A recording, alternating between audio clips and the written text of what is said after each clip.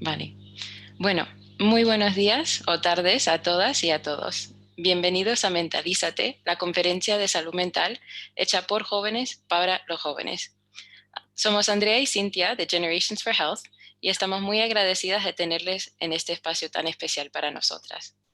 Para los que nos están conociendo por primera vez, espero que esto sea el primero de muchos momentos juntos. Generations for Health es una organización que nació hace poco más de un año y nuestra misión es unir a jóvenes con expertos para co-crear soluciones a los retos de salud global. La salud mental era un tema que queríamos priorizar desde el primer momento que fundamos esta organización. Casi 1.000 millones de personas conviven con problemas de salud mental y no se les puede garantizar el acceso a los servicios tan importantes que necesitan. Además, como hemos visto con la llegada del COVID-19, ha empeorado la situación y ha aumentado el número de problemas de salud mental, especialmente entre los jóvenes. Y esta situación dio paso a una idea que luego se convirtió en el evento al que asisten hoy, Mentalízate. Queríamos crear un espacio que fue especialmente hecho para la comunidad hispanohablante y que reflejara las situaciones que muchos están viviendo en sus países.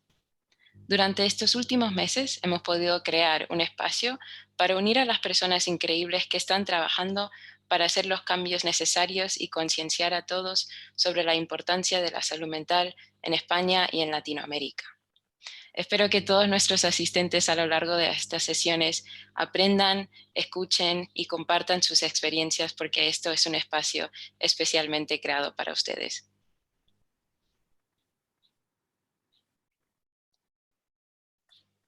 Perdón.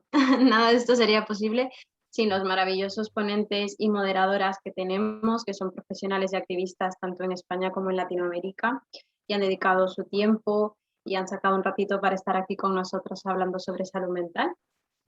También aprovecho para agradecer a los colaboradores que son Sentido, Ciudadanía Inteligente, Panja Ecuador y Conecta Contigo, y a nuestro patrocinador oficial, que es TherapyChat, que además va a dar a los participantes la primera videosesión gratis y un 25% de descuento en la suscripción con el código Mentalízate. Así que aprovechadlo. Y bueno, os comento, Mentalízate son 7 sesiones que van a tener lugar a lo largo de la tarde. Serán grabadas y os mandaremos luego los vídeos para que lo podáis ver tranquilamente en casa o si no os ha dado tiempo a terminarlo o no podéis haber asistido a una sesión.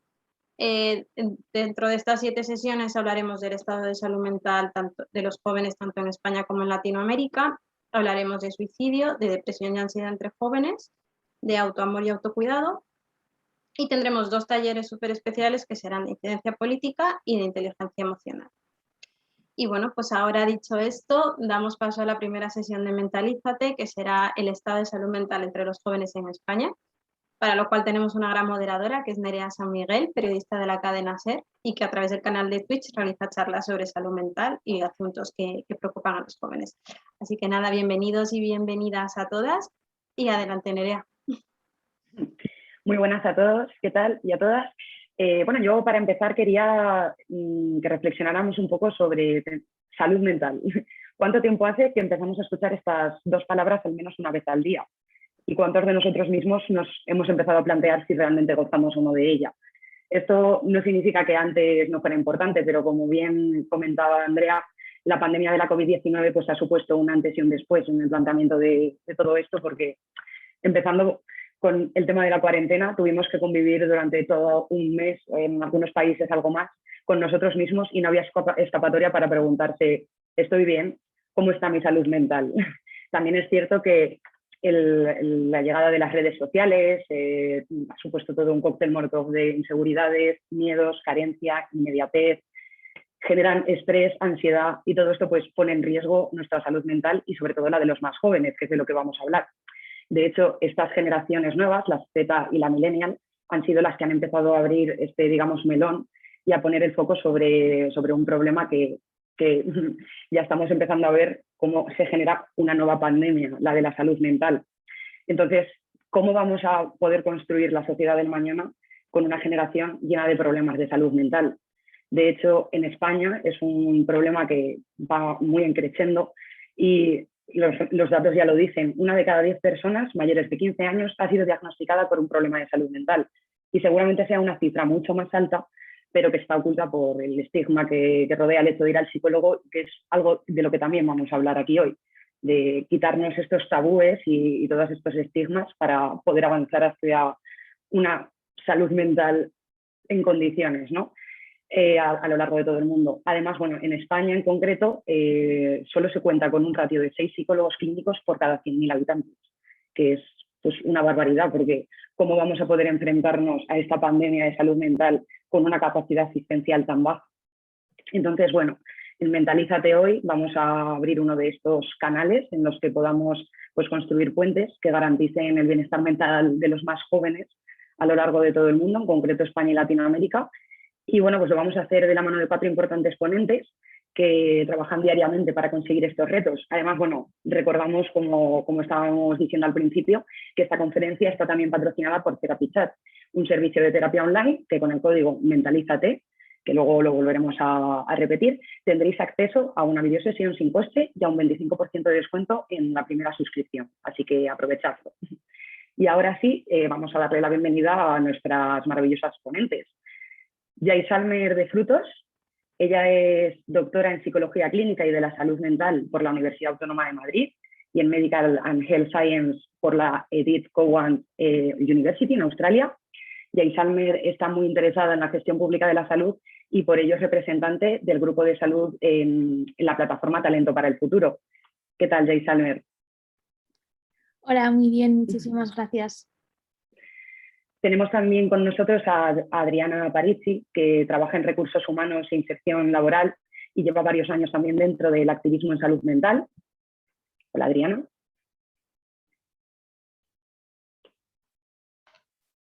Hola, ¿qué tal? Muchas gracias.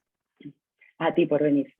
Irene Alabau es psicóloga y técnica de proyectos en Overtainment, donde actualmente coordina un proyecto muy interesante que es WhatsApp, un proyecto educativo que tiene como objetivo fomentar que los jóvenes pues, hablen de salud mental en las aulas de una manera natural y normalizada para acabar con este tabú del que estamos hablando y eliminar los estigmas. Y por último tenemos con nosotros a Sara Collante. Ella es jurista especializada en Derecho Internacional y Europeo y es especialista en políticas de infancia en UNICEF España. Concretamente es la responsable del área de salud mental y de migraciones y asilo. De hecho, Sara es la autora del documento que elaboró la organización en 2020, titulado Salud mental e infancia en el escenario de la COVID-19. Muy buenas a todas. Buenas, ¿qué tal? Bueno, pues como comentamos, vamos a dividir la mesa redonda de esta sesión en 3 bloques. En el primero vamos a hablar pues, un poco de por qué debemos hablar de salud mental en realidad entre los jóvenes, por qué es un problema y por qué se está visibilizando ahora. No sé si alguna se anima a empezar o lanzo yo la pelota. Yaisalmer, si te parece. Hola, pues realmente es importante hablar de salud mental en los jóvenes por varios motivos. En primer lugar, porque muchos de los problemas que vemos más tarde, aunque se puedan exacerbar en momentos más avanzados o en edades más avanzadas, o incluso es en edades más avanzadas cuando vemos esos picos de asistencia al psicólogo, muchas veces eso viene determinado más pues, por el poder adquisitivo, entre otras cosas, pero muchos de ellos tienen un origen en edades mucho más tempranas, ¿no? Entonces creo que es muy importante, sobre todo desde mi área de trabajo, que tiene más que ver con la promoción de la salud, no tanto el trabajo en patologías que ya han aparecido, es particularmente importante otorgar a los jóvenes conocimiento y un vocabulario básico para entender lo que les está pasando y buscar ayuda cuando lo necesiten. Además, creo que ahora mismo estamos viviendo un momento en el que yo sí que siento que cada vez los jóvenes están un poquito más concienciados, ¿no? Y creo que hay grandes referentes para jóvenes.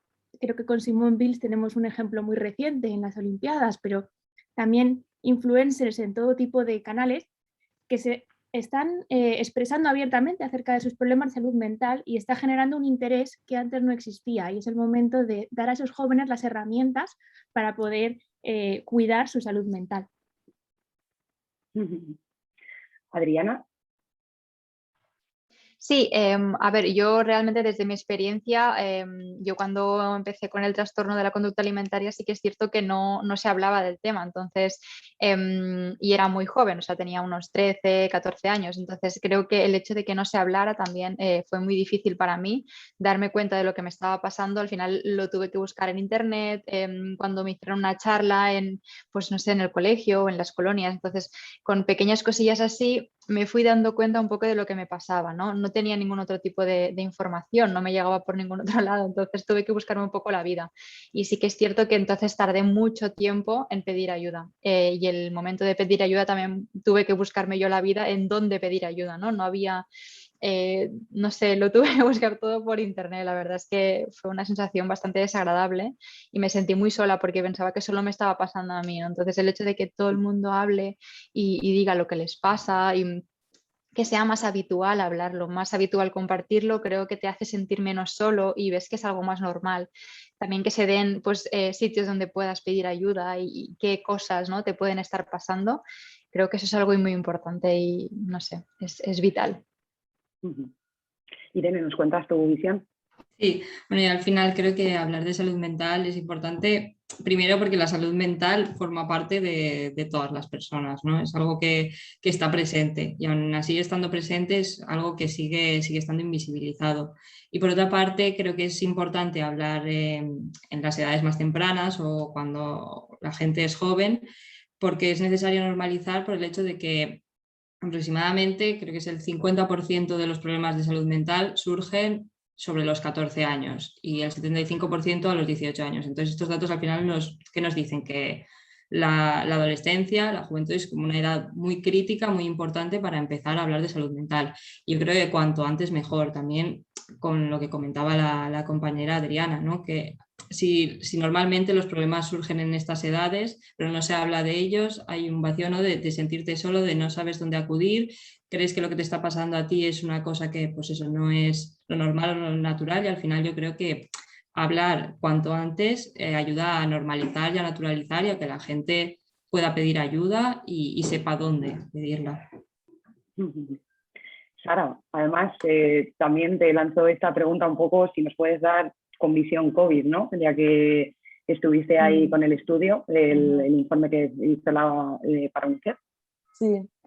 Sí, bueno, yo creo que, como tú decías al principio, Nerea, lo que ha pasado con la pandemia, yo creo que va a suponer un antes y un después, ¿no? Yo creo que este tipo de foros era de alguna manera bastante impensable antes de marzo del año pasado. A nosotros en UNICEF, en todo el mundo, nos preocupa mucho que, aunque el COVID está marcando un punto de inflexión, todavía se habla muy poco y los jóvenes hablan muy poco de salud mental. Y entre nuestras prioridades en todo el mundo está hacer a los jóvenes y a los niños hablar con naturalidad de la salud mental, porque es un aspecto intrínseco del ser humano, está totalmente vinculado a la salud física y es parte de la vida, ¿no? Es parte de la vida y con lo que debemos convivir con toda la naturalidad.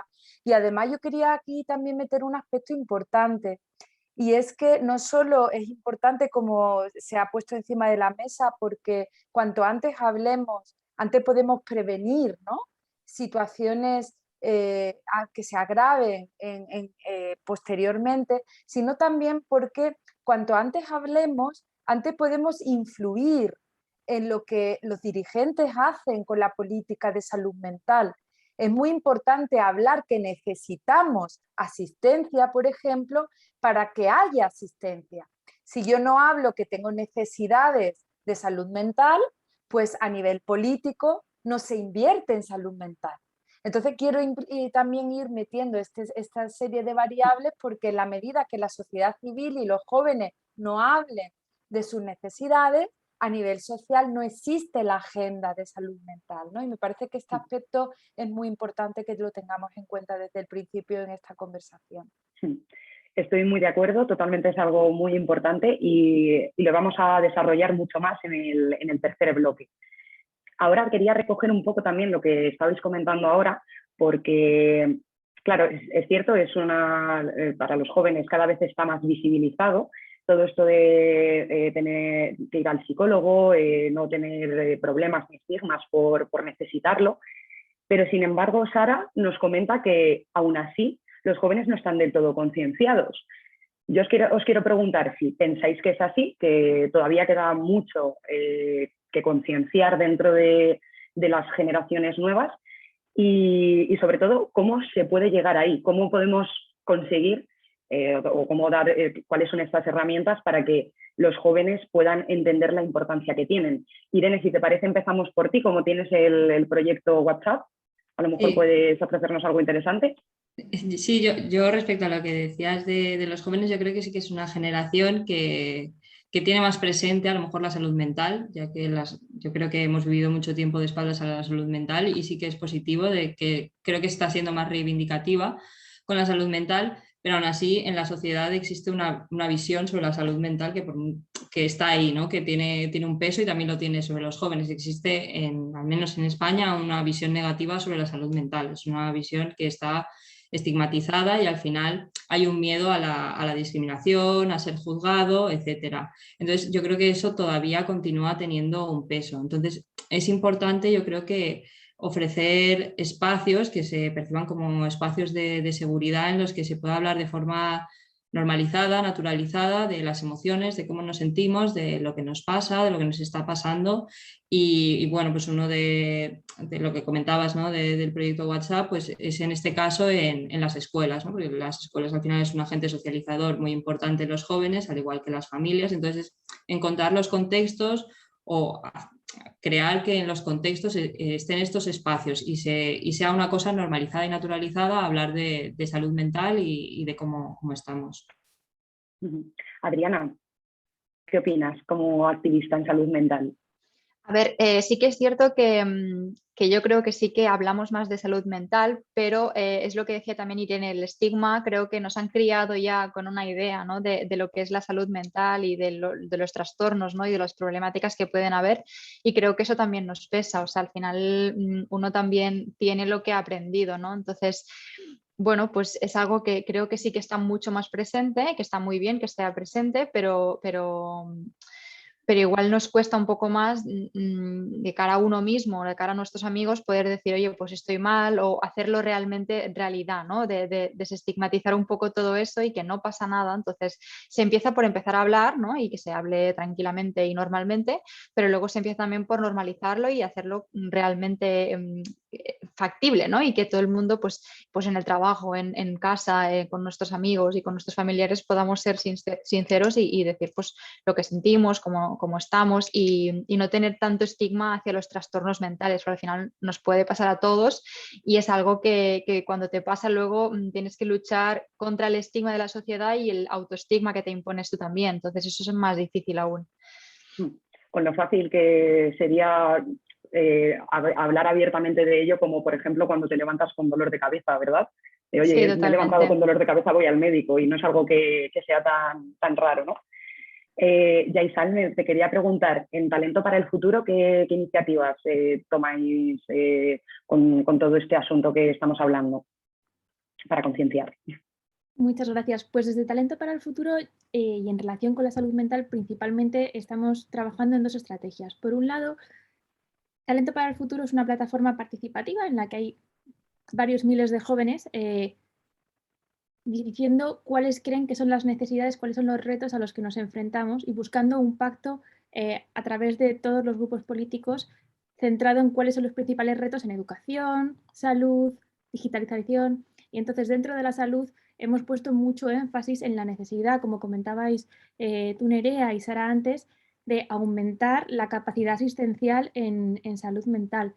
No solo aumentando el número de psiquiatras, sino también de psicólogos que estén ofreciendo asistencia y hacerlo a través del sistema público de salud. Pero además estamos participando en un montón de actividades como esta para generar esa concienciación que nos hace falta para que la gente, como decíais, no solo sea capaz de hablar de salud mental, sino sea capaz de... Hablaba Adriana, ¿no? de reconocer que tienes un problema porque está estigmatizado los problemas de salud mental. Es que no es solo eso, es que va más allá, hay que saber identificar que lo tienes, ya no es solo reconocerlo y no tenemos las herramientas muchas veces para hacerlo. Entonces, promocionamos todo tipo de actividades que luchen por conseguir ese objetivo. Bueno, pues vamos a pasar, además, al hilo de todo lo que estamos comentando, al segundo bloque, que es cuáles son los retos actuales para avanzar en temas de salud mental. Aquí, si te parece, Sara, podemos empezar por ti. Yo os quería preguntar, aparte de cuáles son los retos, que ahora seguro que empezamos a hablar de ello, un poco las diferencias culturales o étnicas y socioeconómicas que surgen también en los diferentes países y cómo pueden influir también en salud mental.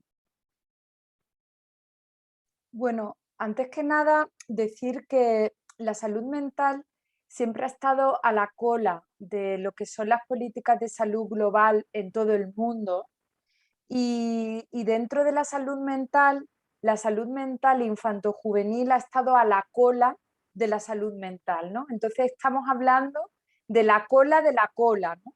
Desgraciadamente, ¿no? Con lo cual, la importancia que tiene de empujar, ¿no?, todo esto desde la base, ¿no? Y hablando con naturalidad y a bombo y platillo de todas estas necesidades que pueden llegar a los políticos a darse cuenta de que hay que invertir y que hay que tener políticas de calidad. Para que os hagáis una idea, tenía aquí algunas cifras. A nivel global, solamente el 2% del presupuesto de salud se dedica a salud mental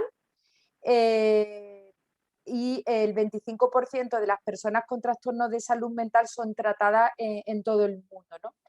En España, bajándonos a España, hay una reivindicación histórica que ya sabéis por aumento de la inversión. Ya Nerea citaba al principio las cifras tan pequeñitas de psicólogos clínicos, también en psiquiatría hay cifras muy pequeñas cuando se comparan, por ejemplo, con cifras que hay de psiquiatras por habitante en Alemania, por ejemplo, dentro de la Unión Europea.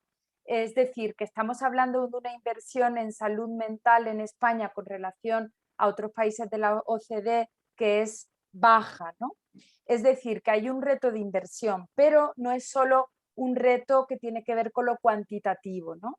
Hay un reto cualitativo muy importante y yo me centro así con algunas pinceladas porque no me quiero extender, esto es un tema amplísimo, pero me centro un poco en lo que tiene que ver con infancia juvenil, que es lo que yo conozco más, ¿no? Por trabajar en UNICEF.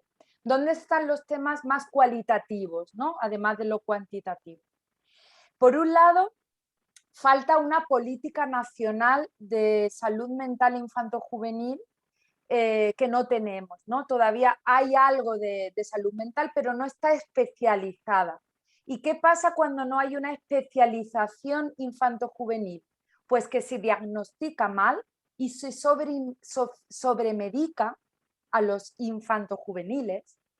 Por otro lado, no hay recursos especializados suficientes, con lo cual hay enormes listas de esperas y una derivación excesiva hacia lo privado, con lo cual al final las personas más vulnerables con menos recursos económicos no tienen acceso a asistencia psicológica cuando quieren, ¿no? Entonces ahí lanzo como algunas ideas y luego también nosotros estamos apostando en todo el mundo, no solo en España, porque se refuercen todo lo que tiene que ver con la parentalidad positiva, los programas de parentalidad, el papel tan importante que tienen las familias y en las escuelas en la promoción de la salud mental. Fundamental, se ha visto con el COVID, pero esto tiene que continuar porque juegan un papel vital en la prevención de todos los problemas de salud mental. No me quiero extender porque es mucho para dejarle a mis compañeras. Tranquila, Sara, porque abrir. además Sí. todos estos temas los desgranamos ahora en el tercer bloque, o sea que tranquila.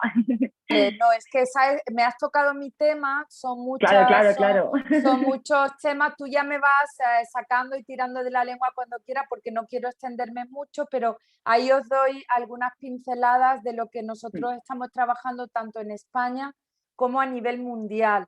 Pero en España hemos estado muy activos en este último año exigiendo responsabilidades al gobierno. Hemos pedido que se haga una estrategia específica para salud mental infanto-juvenil y estamos consiguiendo ya algunos avances. Nos han implicado en el proceso de redacción de la nueva estrategia de salud mental. Hemos revisado ya el capítulo de infancia.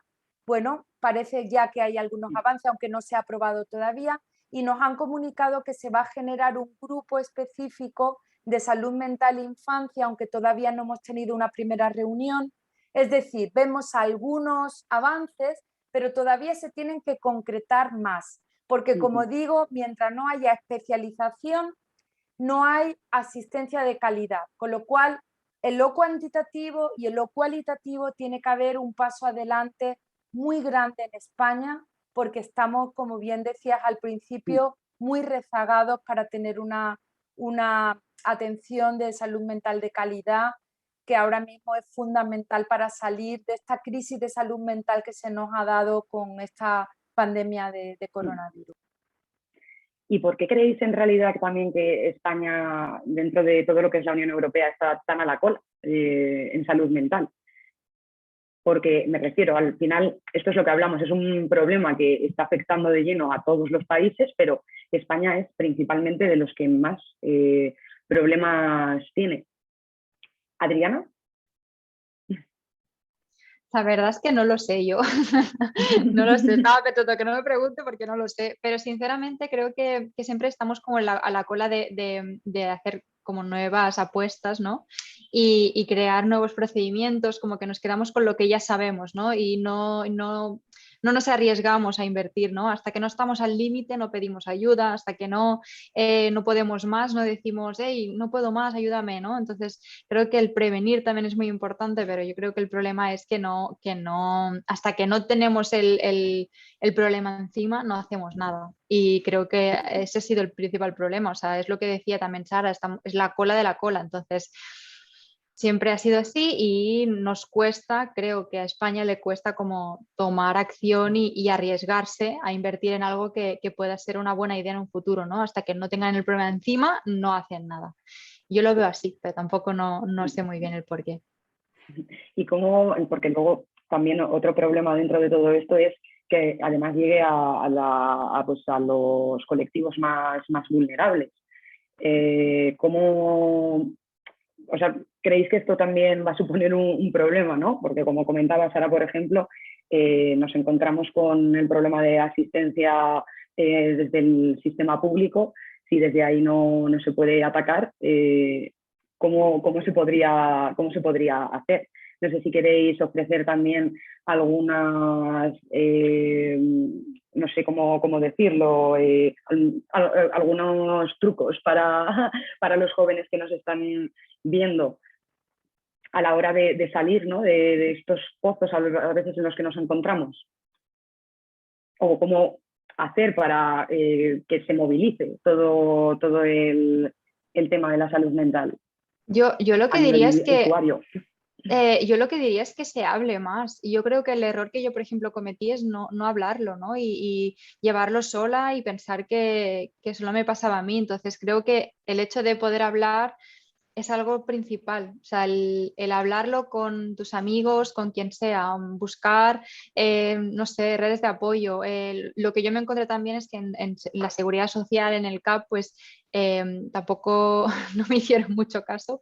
Entonces tuve que pedir ayuda en una asociación y entonces la asociación me derivó a un centro privado. Entonces yo la atención que he tenido siempre ha sido privada.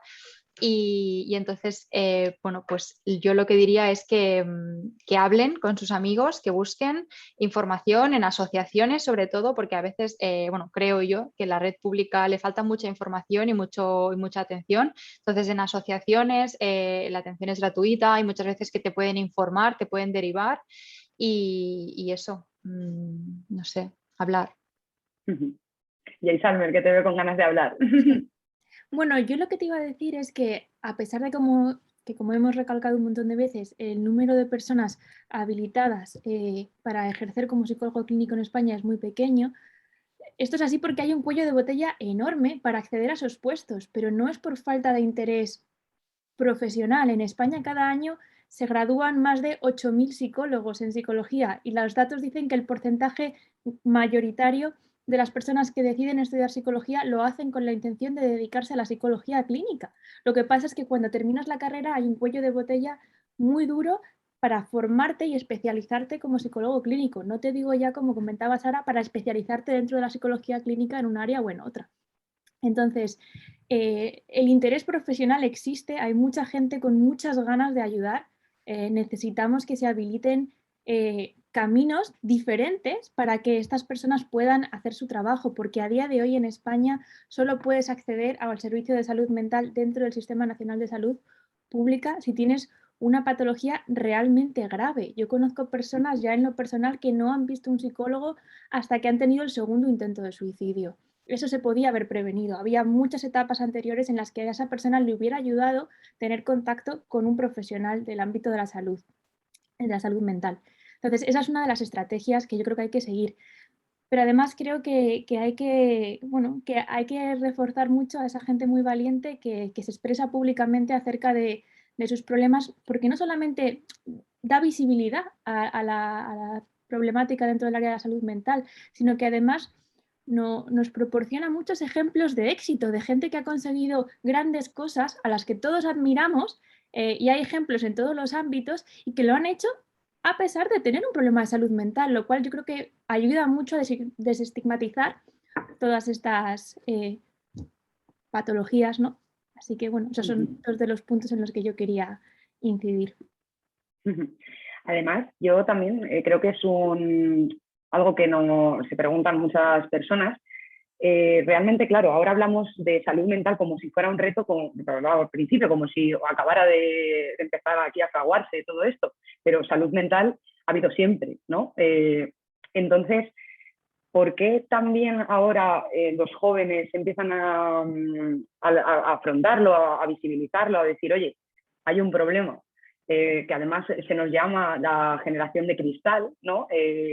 Además, voy a comentar, hubo una frase muy bonita que leí por Instagram, creo que era de Roy Galán, que decía, no es que seamos la generación de cristal, bueno, somos la generación de cristal, pero no porque nos quebremos fácilmente, sino porque se puede ver dentro de nosotros, somos transparentes, ¿no? Algo así decía. Y es cierto, ¿creéis que, o cuál creéis que ha sido el cambio entre las generaciones pasadas y estas para que ahora se afronte como un reto la salud mental y antes no lo fuera tanto?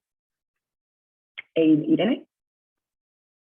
Yo creo que al final también ha sido un tema del propio contexto. Yo creo que el propio contexto que estamos viviendo, ya más allá de la pandemia, ¿no? Pero en los últimos años, que es un contexto de inestabilidad y bastante convulso, yo creo que al final de alguna manera ha generado un empuje, ¿no? A poner más en el centro o a que esté más presente la salud mental.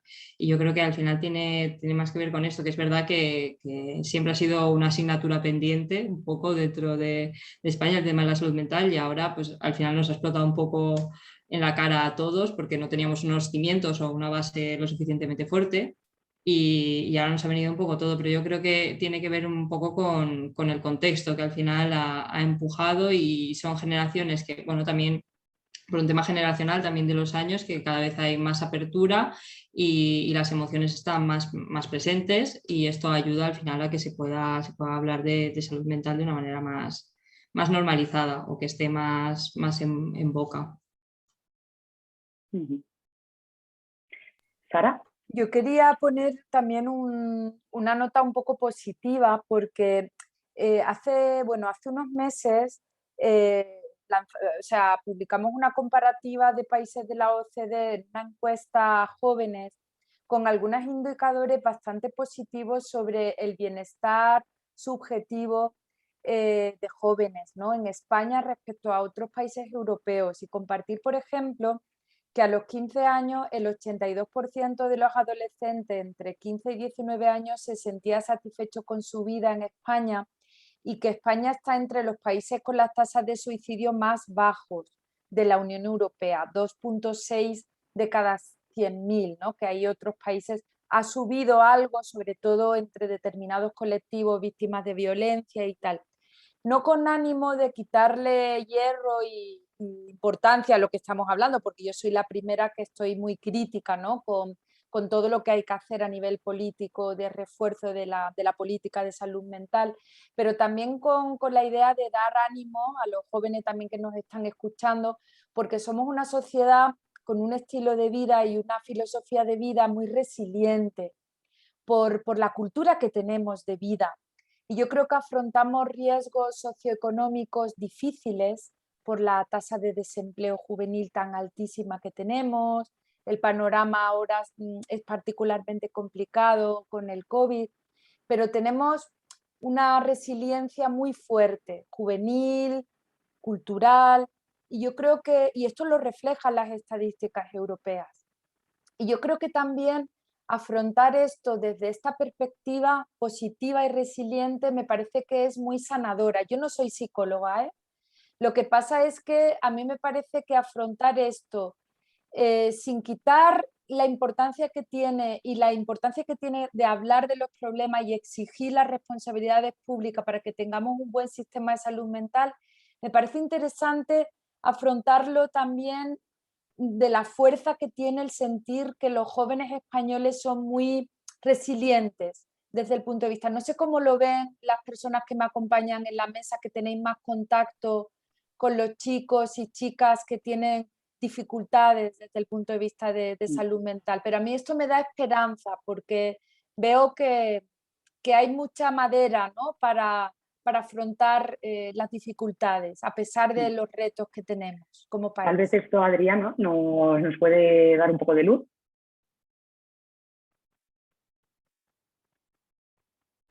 Bueno, no lo sé. La verdad es que el tema de que somos resilientes y demás, creo que eso es algo, no sé, yo creo que somos diferentes a otras generaciones y a mí el hecho de que me digan que soy resiliente, que soy fuerte, ¿no? No sé si me ayuda demasiado a poder afrontar ciertas situaciones. Lo que necesito es ayuda también externa. Entonces, o sea, yo entiendo el afrontar la situación de forma positiva en el sentido de que se puede salir adelante, obviamente que sí, pero sin quitar que hay que poner muchos medios y cambiar muchas cosas, porque aunque seamos de los países de la Unión Europea que menos tasa de suicidio hay, yo con que solo haya un suicidio a mí ya me sirve como para que haya algo que no estamos haciendo bien. Entonces, no lo sé si somos resilientes o no, eso no lo sé, no te lo sé decir. Lo que sí que digo es eso, que hay que afrontar el problema de forma positiva, pero con que solo haya un suicidio para mí ya es suficiente como para decir que haya un problema y afrontarlo.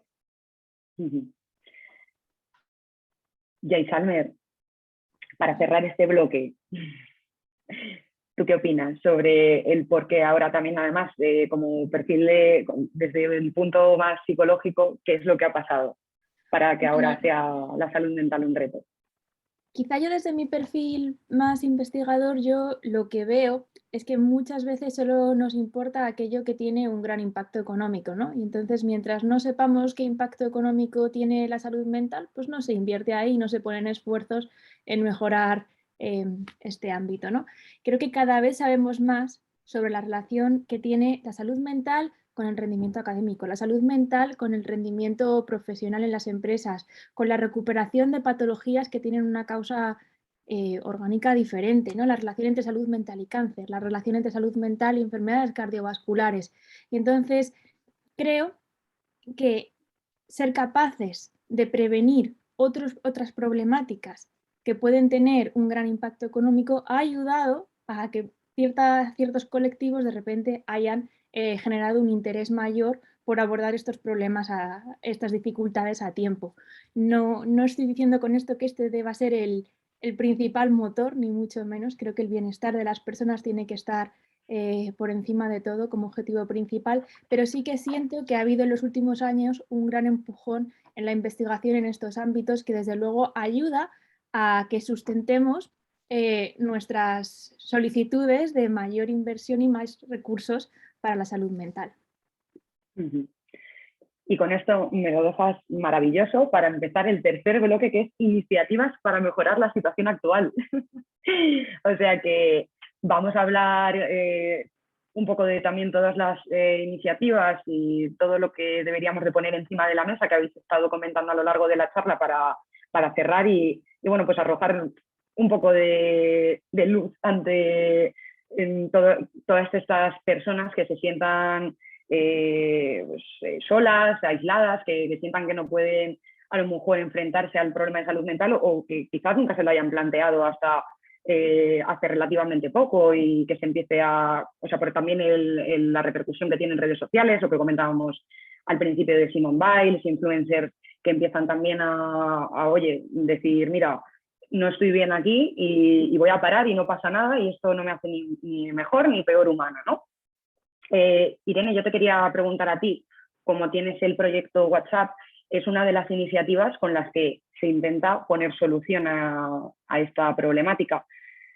No sé si nos quieres contar un poco pues, lo que hacéis desde ahí o un poco lo que tal vez se debería de hacer en el sistema educativo para que las personas, pues es algo que también llevamos escuchando mucho estos últimos meses, igual que aprendemos a sumar, restar y dividir, pues sepamos gestionar la ira, gestionar la felicidad, gestionar cualquier asunto que se nos plantee en la vida.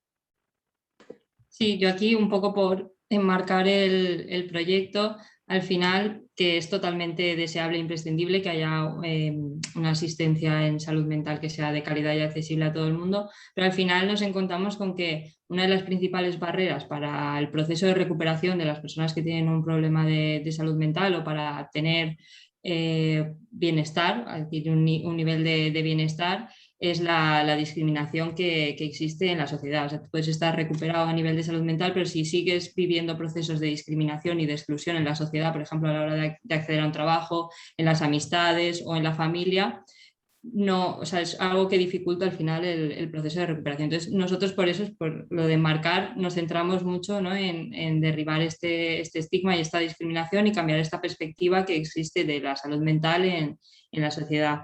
A partir de aquí, en el ámbito educativo, ¿no?, por ejemplo, encontramos que había datos que decían que aproximadamente el 19%, o sea, de las personas con problemas de salud mental habían sido discriminadas aproximadamente en un 19% por parte del profesorado y un 30% por parte del alumnado. Y había una tasa de ocultación o de intento de ocultación sobre el 50%, ¿no?, de las personas que tenían un problema de salud mental. Por lo tanto, el ámbito educativo era un ámbito en el que todavía existía este estigma y esta discriminación y que creíamos que era necesario abordar.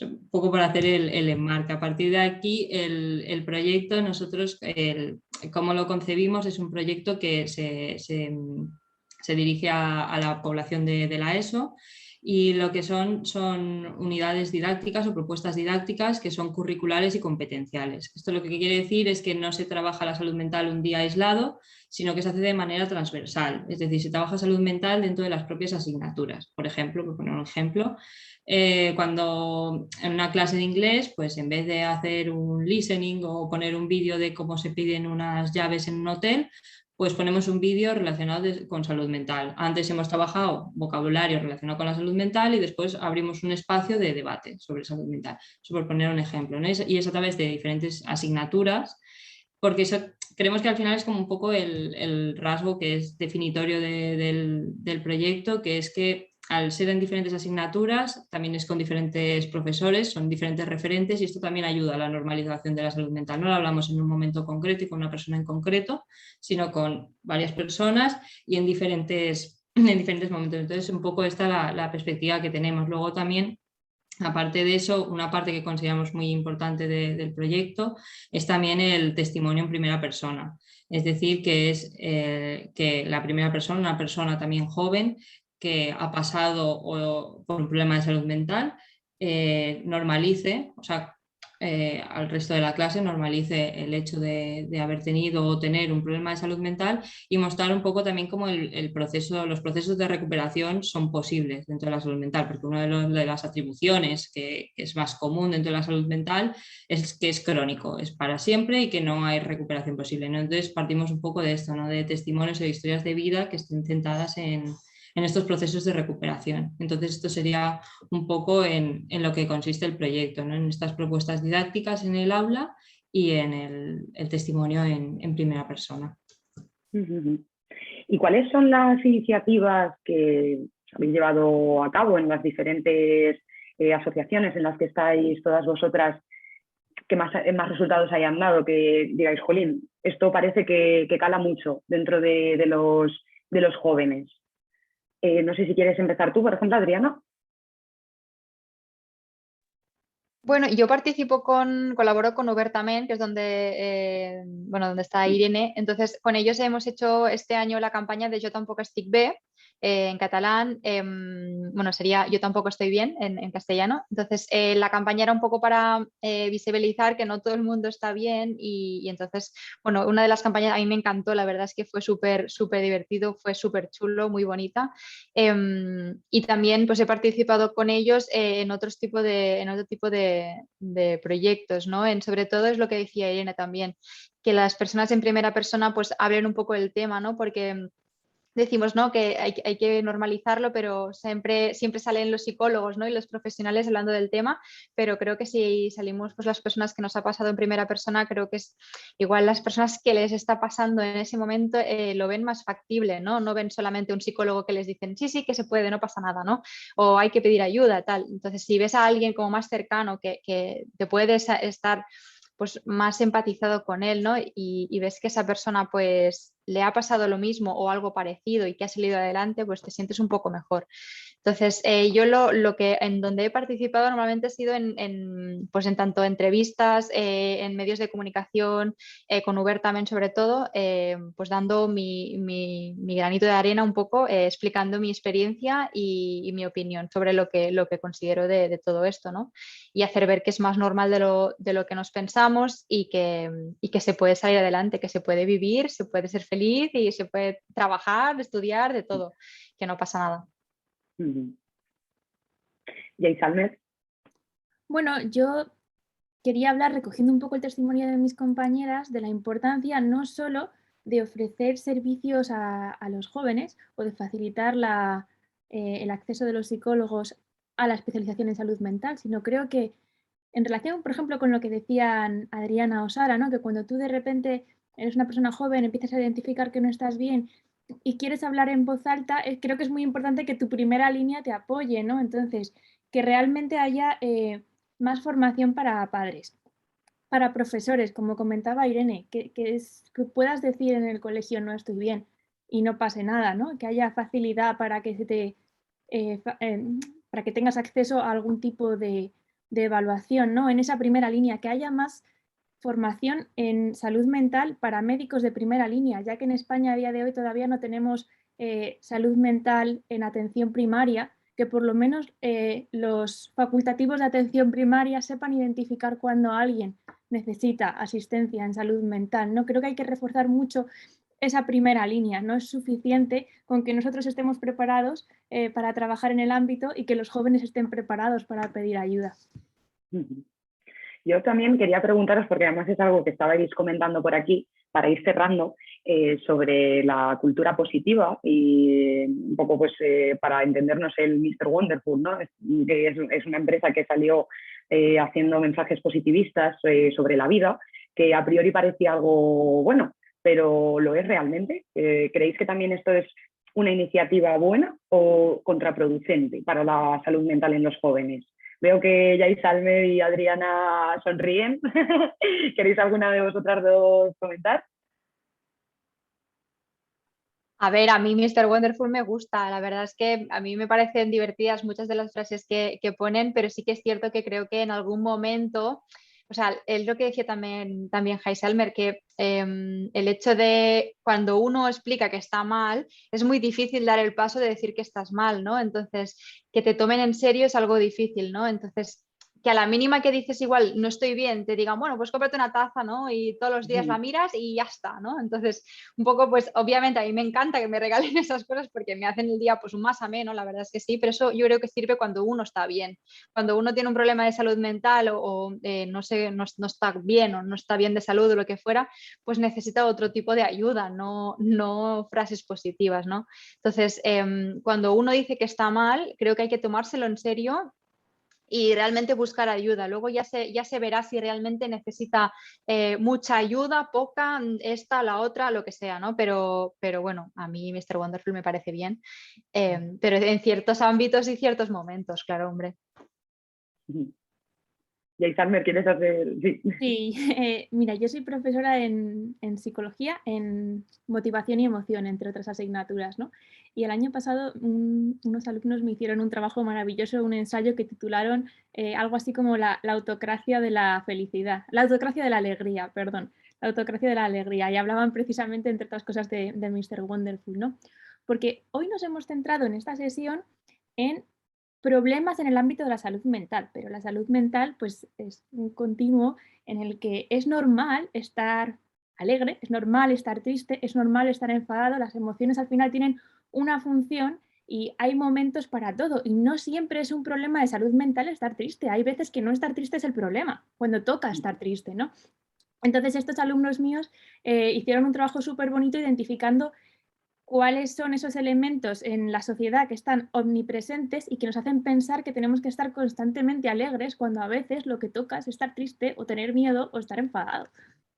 Un poco las iniciativas que comentaba Irene que había que empezar a introducir dentro del sistema educativo, ¿verdad? Esa identificación también de emociones. Pues estamos ya en la recta final de nuestra charla.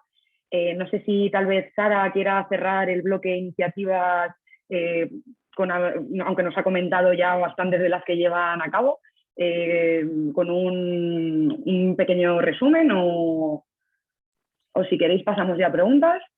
Sara. Bueno, brevemente yo quería traer a colación una perspectiva un poquito de equidad, ¿no? De fijarnos en colectivos que necesitan una mirada muy especializada.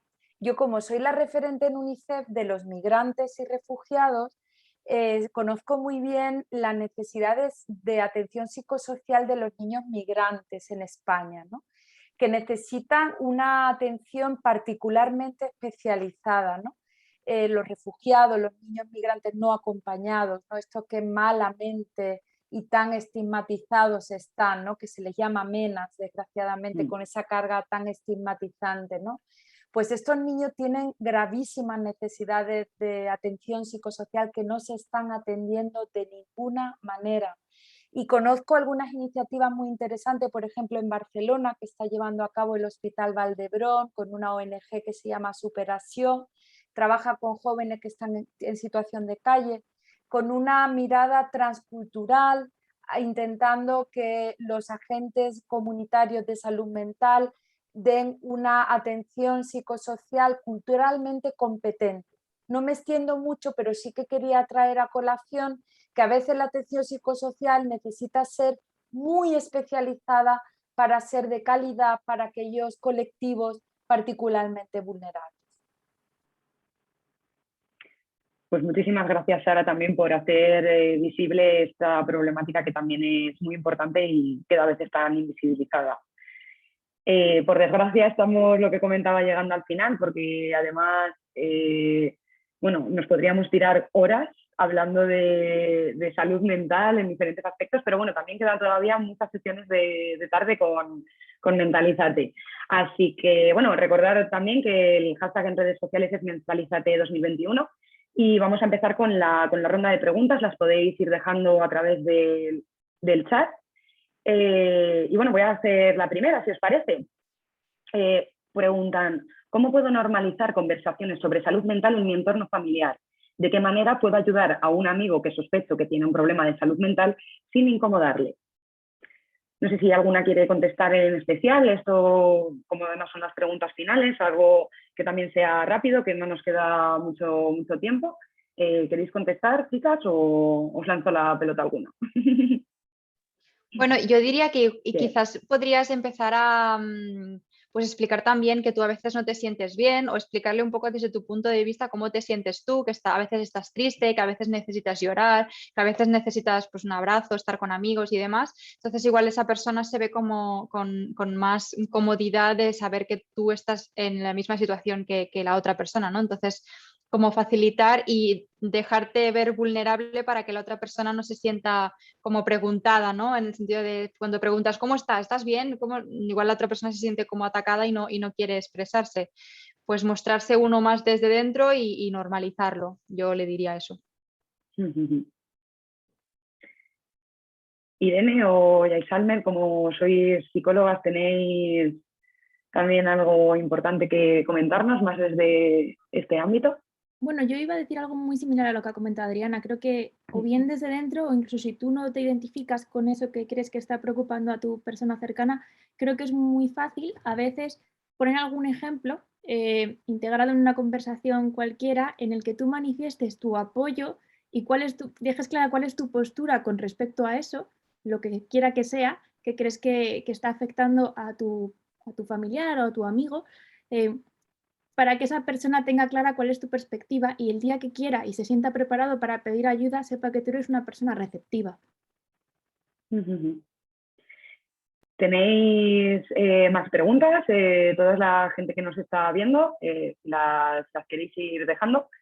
Yo a raíz de esto pues, quería preguntarle a Irene, a ver si nos podía comentar a lo mejor algún caso que haya visto dentro de su proyecto en el que haya alguna persona que quisiera pues, abrir este melón dentro de su entorno familiar o que le llegara diciendo, oye, tengo un amigo que no sé cómo hacer esto para no incomodarle.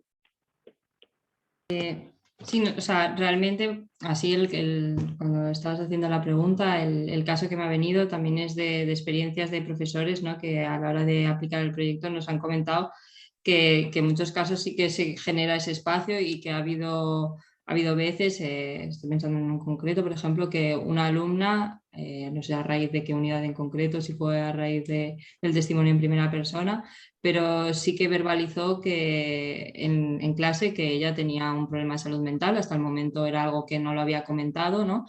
Y como bueno, que se creó un espacio respetuoso del resto de compañeros, ¿no? Un poco preguntarle, pero desde la parte de, bueno, ¿qué necesitas? Así te podemos entender mejor, tú qué, con esto que sientes, ¿no? Entonces sí que se creó, ¿no? este espacio de poder hablar y de poder explicar lo que estaba pasando. Entonces eso sí que es algo que se ha comentado de muchas personas, ¿no? Verbalizar experiencias propias o incluso de familiares, ¿no? Pues en mi familia esta persona, ¿no? Y de que sí que se creen estos canales para compartir.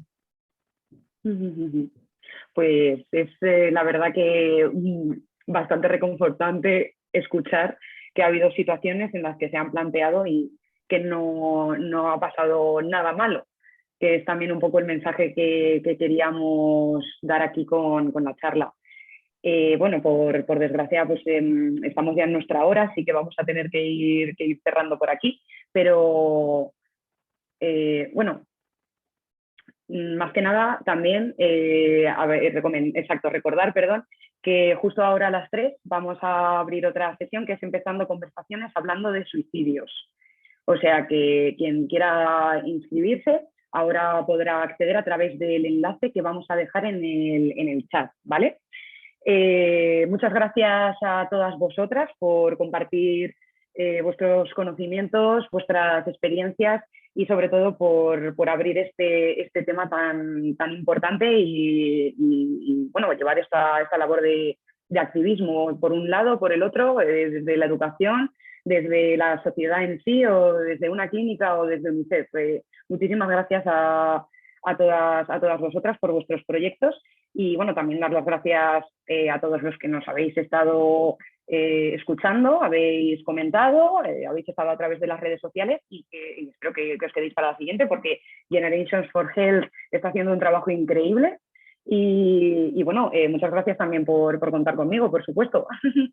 Así que nada, lo dicho, no os vayáis y quedaros ahora para el siguiente evento. Hasta la próxima.